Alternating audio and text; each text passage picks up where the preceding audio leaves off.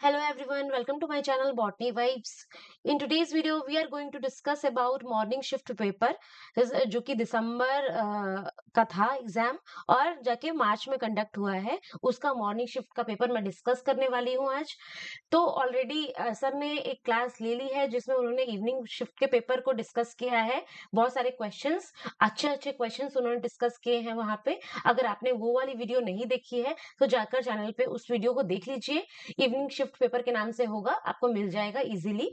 And आपको अभी तक प्रोविजनल आंसर की मिल गई है, मतलब पक्की पक्की आंसर की तो नहीं मिली है, बट एक प्रोविजनल आंसर की, जिसमें चैलेंज करने की कुछ जरूरत है। कुछ कुछ क्वेश्चंस के आंसर्स गलत हैं। आई होप आप लोगों ने चैलेंज कर दिया होगा। इस पूरी सीरीज में जिसमें मैं मॉर्निंग शिफ्ट के पेपर को डिस्कस कर रही हूँ, उसमें मैं बता दूंगी कौन कौन से क्वेश्चन के आंसर ओरिजिनल आंसर की में गलत आए हैं और हमें चैलेंज करना चाहिए। तो अभी तक टाइम तो वैसे ओवर हो चुका है चैलेंज करने का। तो आई होप आप लोगों ने चैलेंज कर दिया होगा और मैं एक्सप्लेनेशन भी बता दूंगी कि क्यों वो आंसर गलत है या कौन सा आंसर सही है, तो क्यों है। ठीक है। और अगर आपने अभी तक चैनल को सब्सक्राइब नहीं किया है तो सब्सक्राइब कर लीजिए। अगर वीडियो पसंद आई हो आपको तो लाइक भी कर दीजिए, क्योंकि पहले भी ऑलरेडी एक वीडियो हम लोग पेपर डिस्कशन के ऊपर बना चुके हैं, तो उसको जरूर देखना। और अगर अच्छी लगे तो लाइक करना। ठीक है। चलिए अभी ज्यादा समय को नहीं वेस्ट करते हैं, डायरेक्ट क्वेश्चन पे आते हैं कि क्या क्या क्वेश्चन पूछा गया था। ये इस वीडियो का पहला पार्ट है। इसके बाद भी 2 पार्ट और आएंगे जिसमें हम सारे ही क्वेश्चंस को मतलब डिस्कस करेंगे। और पहली चीज ये हो गई। दूसरी चीज ये होती है कि हम उन क्वेश्चन पे ज्यादा फोकस कर रहे हैं जो इजिली अटेम्प्टेबल थे, आराम से क्वेश्चन किए जा सकते थे एग्जाम में, अगर थोड़ा सा आप बेसिक पढ़ के जाते तब। ठीक है। बहुत ही हाई फाई क्वेश्चन को हम लोग नहीं छेड़ रहे हैं, क्योंकि वो क्वेश्चन हम सिर्फ डिस्कस कर रहे हैं जो इजीली आप अटेम्प्ट करके अच्छे मार्क्स ला सकते थे, क्योंकि सीएसआर एग्जाम में सारे ही क्वेश्चन अटेम्प्टेबल नहीं होते हैं। सबको टच नहीं करना चाहिए। आपको वो क्वेश्चंस को प्रायोरिटाइज करना चाहिए, वो टॉपिक्स को प्रायोरिटाइज करना चाहिए जहां से आपका बेसिक स्ट्रांग है और जाके क्वेश्चंस आपको लगते हैं कि आप सही करेंगे। चलिए अपने फर्स्ट क्वेश्चन के साथ स्टार्ट करते हैं। Our first question is, within a broadly distributed taxonomic clade, population and species of the larger size are generally found in the colder environment, while the population and species of the smaller size are typically found in the warmer regions. This observation is commonly referred to as, ये सारे part 2 marks के questions हैं। Part B के questions हैं। ये वो question है जिसको आराम से पढ़ के फटाफट आंसर करके किया जा सकता था। ठीक है। इसके बाद वाले पार्ट में मैं पार्ट सी के क्वेश्चंस को डिस्कस करूंगी। अभी हम पार्ट बी के क्वेश्चन को देख लेते हैं। सो इस क्वेश्चन में पूछा हुआ है कि वो पॉपुलेशन और स्पीशीज जो लार्जर साइज की होती हैं वो जनरली फाउंड होती हैं, मतलब मिलती हैं कोल्डर इन्वायरमेंट्स में, और जो पॉपुलेशन और स्पीशीज छोटे साइज की होती है वो मिलती है वार्मर रीजन्स में। तो इस ऑब्जर्वेशन को कॉमनली क्या बोला जाता है? तो पहली चीज, इसका एलन रूल तो होगा नहीं। ठीक है, ये कट हो गया। बर्जमैन रूल बोलते हैं इस वाली इस पूरे चीज को बोलते हैं बर्जमैन रूल। ये एक रूल है, अगर आपने पढ़ा होगा तो आपको पता होगा कि इसको बर्जमैन रूल बोला जाएगा कि जो स्पीशीज कोल्डर क्लाइमेट में है उसको वो जनरली लार्ज साइज की होगी, और जो वार्मर क्लाइमेट में है वो स्मॉलर साइज की होगी। अब एलेंस रूल क्या होता है? एलेंस रूल होता है जो एंडोथर्मिक एनिमल्स, बर्ड्स, मैमल्स जो कोल्डर क्लाइमेट में रहते हैं उनकी शॉर्टर लिम्स होती हैं, शॉर्टर अपेंडेजेस होते हैं in compare to the those species और पॉपुलेशन जो कि एक वार्मर क्लाइमेट में रहते हैं। ठीक है, तो ये जो है ये लिम्ब से रिलेटेड है। किससे रिलेटेड है? हमारे लिम्ब से और अपेंडेजेस से रिलेटेड है। ठीक है। और गॉज रूल क्या होता है? गॉज रूल का मतलब होता है कि जब दो स्पीशीज सेम कोई एक रिसोर्स के लिए जो कि एक लिमिटेड अमाउंट में प्रेजेंट है, this resource is present in limited amount, और ये दोनों ही स्पीशीज इस सेम चीज के लिए कॉम्पीट करती हैं, तो वन जो इंफीरियर वाला होगा वो एक्सक्लूड आउट हो जाएगा और जो सुपीरियर वाला होगा वो सरवाइव करेगा और वो that will win the competition. ठीक है, इसको गॉस रूल बोलते हैं। इसको ऑलरेडी हम लोगों ने डिस्कस किया था पहले। ग्लॉगर्स रूल, ग्लॉग ग्लॉगर रूल का से ये भी आप लोगों ने पढ़ा होगा। अगर आपने ये सब अभी तक नहीं पढ़ा है और आप एक ऐसे स्टूडेंट हैं जो अगले अटेम्प्ट के लिए तैयारी कर रहे हैं, तो इनको नोट डाउन कर लीजिए। ये सारे रूल पे हर बार क्वेश्चन आता है और ये ऑलरेडी मैंने शॉर्ट शॉर्ट टॉपिक में डिस्कस कर रखा है। तो अगर आप वो सब पढ़ के गए होंगे तो आराम से आपने ये क्वेश्चन अटेम्प्ट किया होगा और सही अटेम्प्ट किया होगा। ठीक है। ग्लॉगर्स रूल में क्या होता है कि जो एंडोथर्मिक एनिमल्स जो वार्मर क्लाइमेट में रहती हैं वो डार्कर होती हैं इन कंपेयर टू द दो species that live in the colder climate, क्योंकि उसमें मेलानिन का प्रोडक्शन ज्यादा अमाउंट में होता है। ठीक है। तो ये तो हो गया मेलानिन प्रोडक्शन से रिलेटेड। ठीक है। प्रोडक्शन। और जो वार्मर में रहेंगी वो डार्कर होगी, और जो कोल्डर में रहेंगी वो लेस डार्कर होंगी, मतलब क्योंकि लेस मेलेनिन के प्रोडक्शन की वजह से। ठीक है। ये तो इसका फाइनल आंसर कौन सा सही हो गया? सेकंड आंसर इसका करेक्ट हो गया। ठीक है। चलिए आगे देखते हैं नेक्स्ट क्वेश्चन की तरफ। Which of the following microbe is an obligate biotroph? इनमें से कौन सा जो माइक्रोब है वो ऑब्लिगेट बायोट्रॉफ है? बायोट्रॉफ का सीधा सीधा मतलब होता है कि जो लिविंग के ऊपर रिसाइड करता है और अपना जीवन व्यतीत करता है। ठीक है। तो इसका इसमें देख लेते हैं कौन कौन से हैं। ब्रोटालिस, साइनेरिया, फाइटोप्थोरा इन्फेस्टेंस, ये नहीं होगा। पक्सिनिया ग्रामिनिस, आप लोगों ने ये पढ़ा होगा आई होप। इसको बोलते हैं, ये रस्ट कॉज करता है, स्टेम रस्ट कॉज करता है सीरियल्स में, और ग्रासेस में स्टेम रस्ट कॉज करता है। और ये एक ऐसा माइक्रोब है जो कि ऑब्लिगेट बायोट्रॉफ है, जो कि सरवाइव और रिप्रोड्यूस किसके ऊपर करता है? लिविंग होस्ट टिश्यू के ऊपर सरवाइव करता है, और रिप्रोड्यूस भी लिविंग होस्ट टिश्यू के ऊपर रिप्रोड्यूस करेगा। That live and reproduce on live host tissue. ठीक है। तो ये आप लोग याद रखिएगा। तो इसका आंसर क्या कौन सा हो जाता है? Puccinia graminis. चलिए नेक्स्ट क्वेश्चन की तरफ बढ़ते हैं। Which one of the following is the most significant factor that explain the evolution of iteroparity in animals? आप लोगों को ये शब्द याद होगा आई होप। दो टर्म थे, मैं बता देती हूँ यहाँ पे। सेमल पैरस और इटेरोपैरस। ठीक है। ये टर्म किसके लिए आर सेलेक्टेड स्पीशीज में यूज होता है, और ये वाला टर्म ये यूज होता है के सेलेक्टेड स्पीशीज में। ठीक है। इटेरोपैरिटी का मतलब होता है कि एक बार में ही बहुत सारे स्पीशीज नहीं प्रोड्यूस करके ये पूरे सीजन, पूरी लाइफ टाइम, मतलब लाइफ टाइम ये थोड़ा थोड़ा करके स्पीशीज प्रोड्यूस करते हैं। ठीक है। अब इसमें देख लेते हैं क्या आंसर जो है, जो मोस्ट सिग्निफिकेंट फैक्टर है जो इस इटेरोपैरिटी को एक्सप्लेन कर रहा है। Slower development rates over their life span, ऐसा कुछ नहीं है। प्रिडिक्टेबल इन्वायरमेंटल कंडीशन, हाँ ये चीज सही बोली गई है यहाँ पे। प्रिडिक्टेबल इन्वायरमेंटल कंडीशन की वजह से ही ये लोग एक एक करके स्पीशीज प्रोड्यूस करते हैं, क्योंकि उनके मरने का जो चांस है, उनके सर्वाइवल का चांस बढ़ जाता है और उनके मरने का चांस कम हो जाता है। ठीक है। इसीलिए एक ही बार में बहुत सारे स्पीशीज नहीं प्रोड्यूस करते। आर सेलेक्टेड स्पीशीज में क्या होता है कि वो एक साथ ही बहुत सारे स्पीशीज प्रोड्यूस कर देते हैं। उनको रहता है कि उनका इन्वायरमेंटल कंडीशन फिक्स नहीं है, तो हो सकता है बहुत सारी स्पीशीज मर जाएं, कुछ सरवाइव करेंगी, some will survive and some other will die. तो इसकी वजह से वो बहुत सारी स्पीशीज को प्रोड्यूस कर देता है। लोअर अडल्ट सर्वाइवल रेट, ऐसा कुछ नहीं है, यहाँ पे हायर अडल्ट सर्वाइवल रेट होता है। Cost per reproductive event is high, cost ज्यादा नहीं होता है क्योंकि ये बहुत सारा स्पीशीज एक साथ प्रोड्यूस नहीं करती हैं। तो इसका आंसर करेक्ट हो जाएगा predictable environmental condition. Second answer is correct.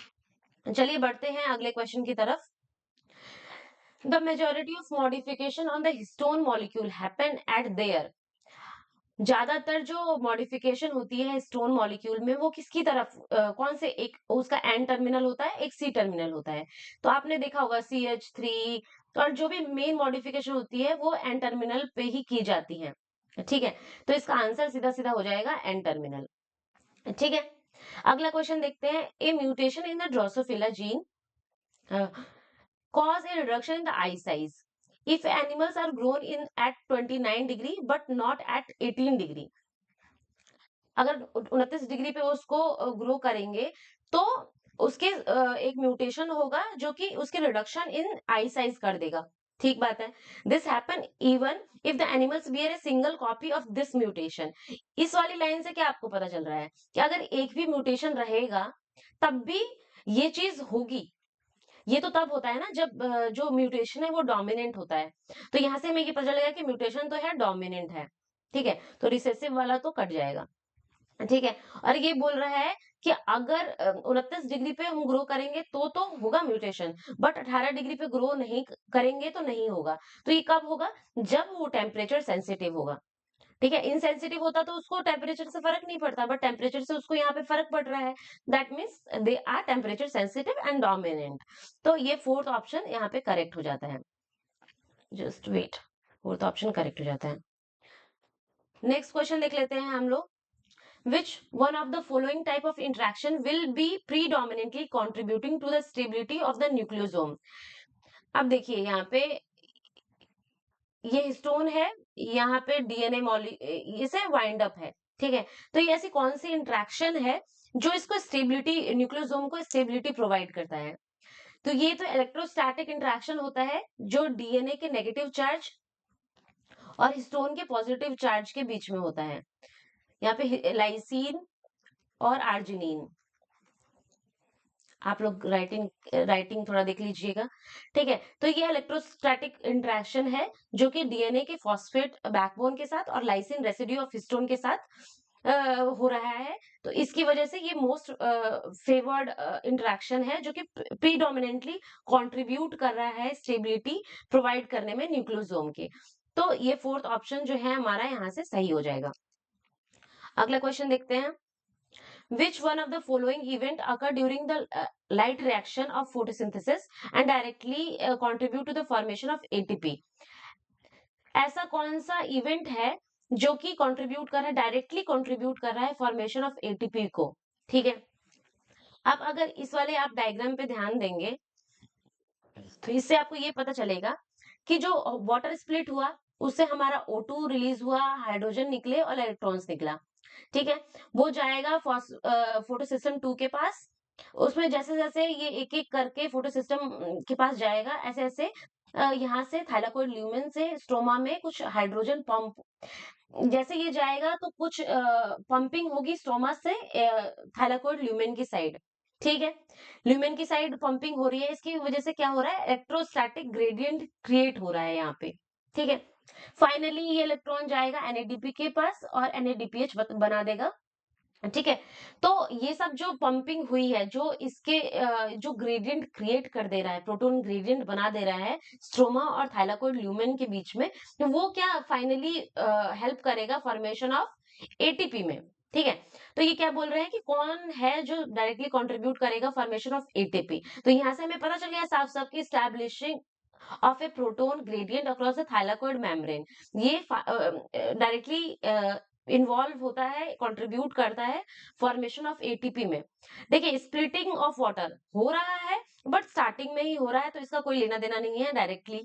Transfer of electron from photo system 1 to the NADP photo system 1 से NADP, तो यहाँ पे तो ये हो नहीं रहा है, तो ये भी डायरेक्टली कंट्रीब्यूट नहीं कर रहा है, और ये जो है तो लाइट रिएक्शन का पार्ट ही नहीं है, तो ये तो गलत हो गया वैसे ही। ठीक है, तो फोर्थ ऑप्शन इज करेक्ट। अगला क्वेश्चन देख लेते हैं हम लोग। Match the column, column X दे रखा है और कॉलम वाई दे रखा है यहाँ पे। ठीक है, और यहाँ पे E coli gene involve in the replication, यहाँ पे प्रोकैरियोट्स के कुछ जीन्स दे रखे हैं और उनका फंक्शन हमको किस फंक्शनल यूकैरियोटिक ऑर्थोलॉग से मैच करना है, कि मतलब दोनों के फंक्शन सेम होने चाहिए, एक प्रोकैरियोट्स में एक यूकैरियोट्स में। ठीक है, तो यहाँ तो मुझे एक चीज साफ साफ दिख रही है, बीटा क्लैंप और PCNA का कॉम्बिनेशन, तो सी का हमारा थर्ड हो गया। सी का थर्ड हुआ तो ये तो गलत हो जाएगा। ठीक है, डीएनए बी जो कि हेलिकेज की तरह काम करता है, यहाँ पे मैं लिख देती हूँ आपको आपके लिए, ये हेलिकेज की तरह काम करता है।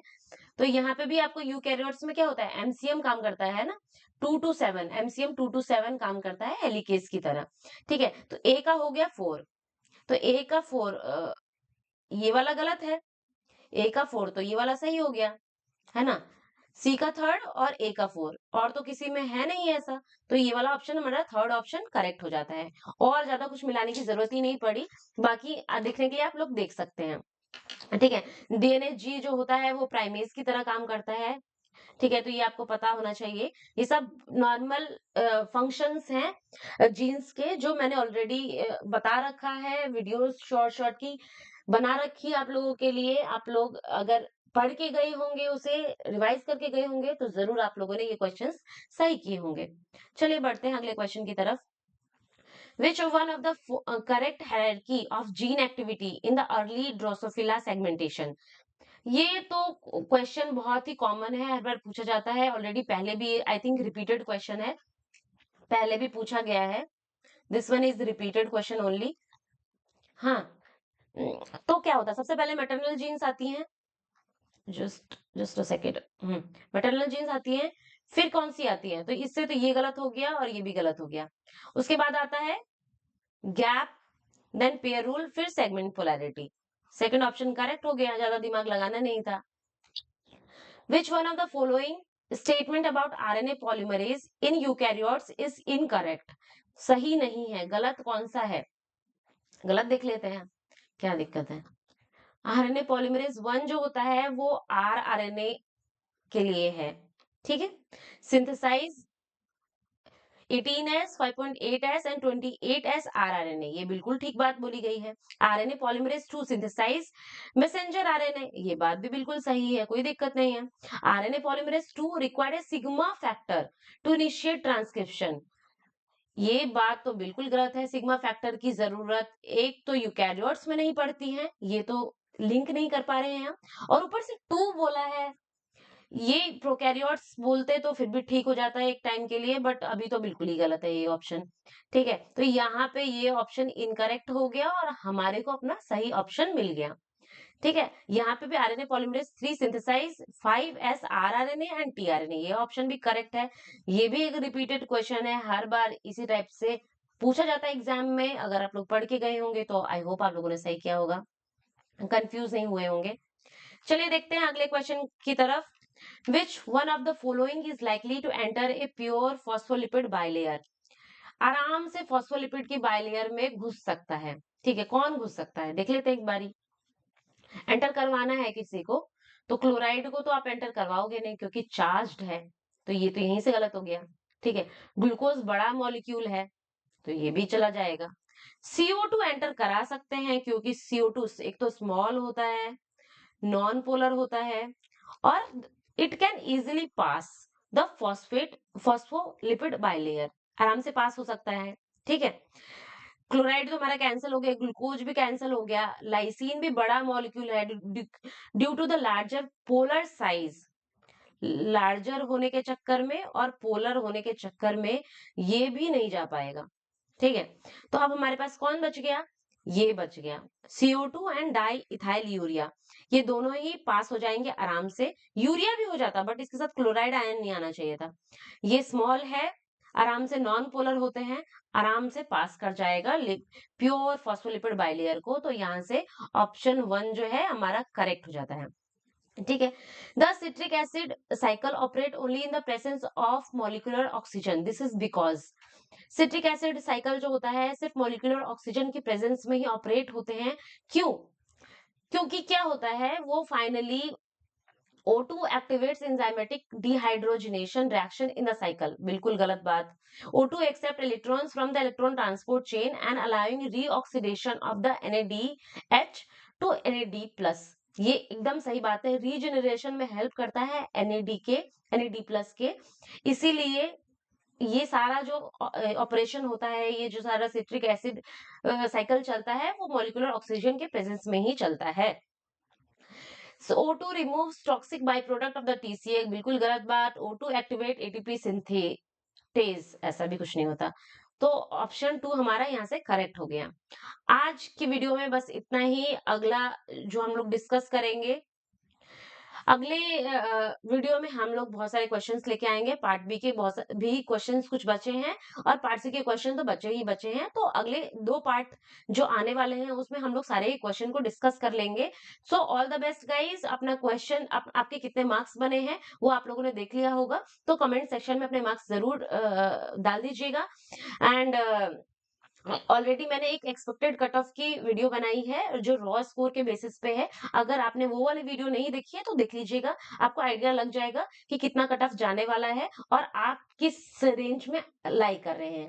ठीक है, अगर आपका पेपर इस बार अच्छा नहीं भी हुआ है तो कोई दिक्कत नहीं है, अगले अटेम्प्ट के लिए अच्छे से तैयारी कीजिए, क्वेश्चन को समझिए, किस तरीके से क्वेश्चन पूछा गया है, कहाँ से क्वेश्चन पूछा गया है, क्या इंपॉर्टेंट रीजंस हैं। अगर आप दोबारा से तैयारी कर रहे हैं तो मैं हम लोगों ने एक पूरी सीरीज बनाई है श्योर श्योर टॉपिक्स की, सीएसआर नेट से रिलेटेड, उसको देखना ना भूले क्योंकि उसमें हम लोगों ने मेजॉरिटी ऑफ इंपॉर्टेंट कॉन्सेप्ट को डिस्कस कर लिया है। तो अगर आप उतना भी पढ़ के जाएंगे अच्छे से, बेसिक्स अच्छे से कवर कर लेंगे तो आराम से आपका एग्जाम क्वालिफाई हो जाएगा। So all the best guys, stay connected और पढ़ते रहो, और डिमोटिवेटेड तो बिल्कुल फील मत करो। ठीक है, thank you so much guys.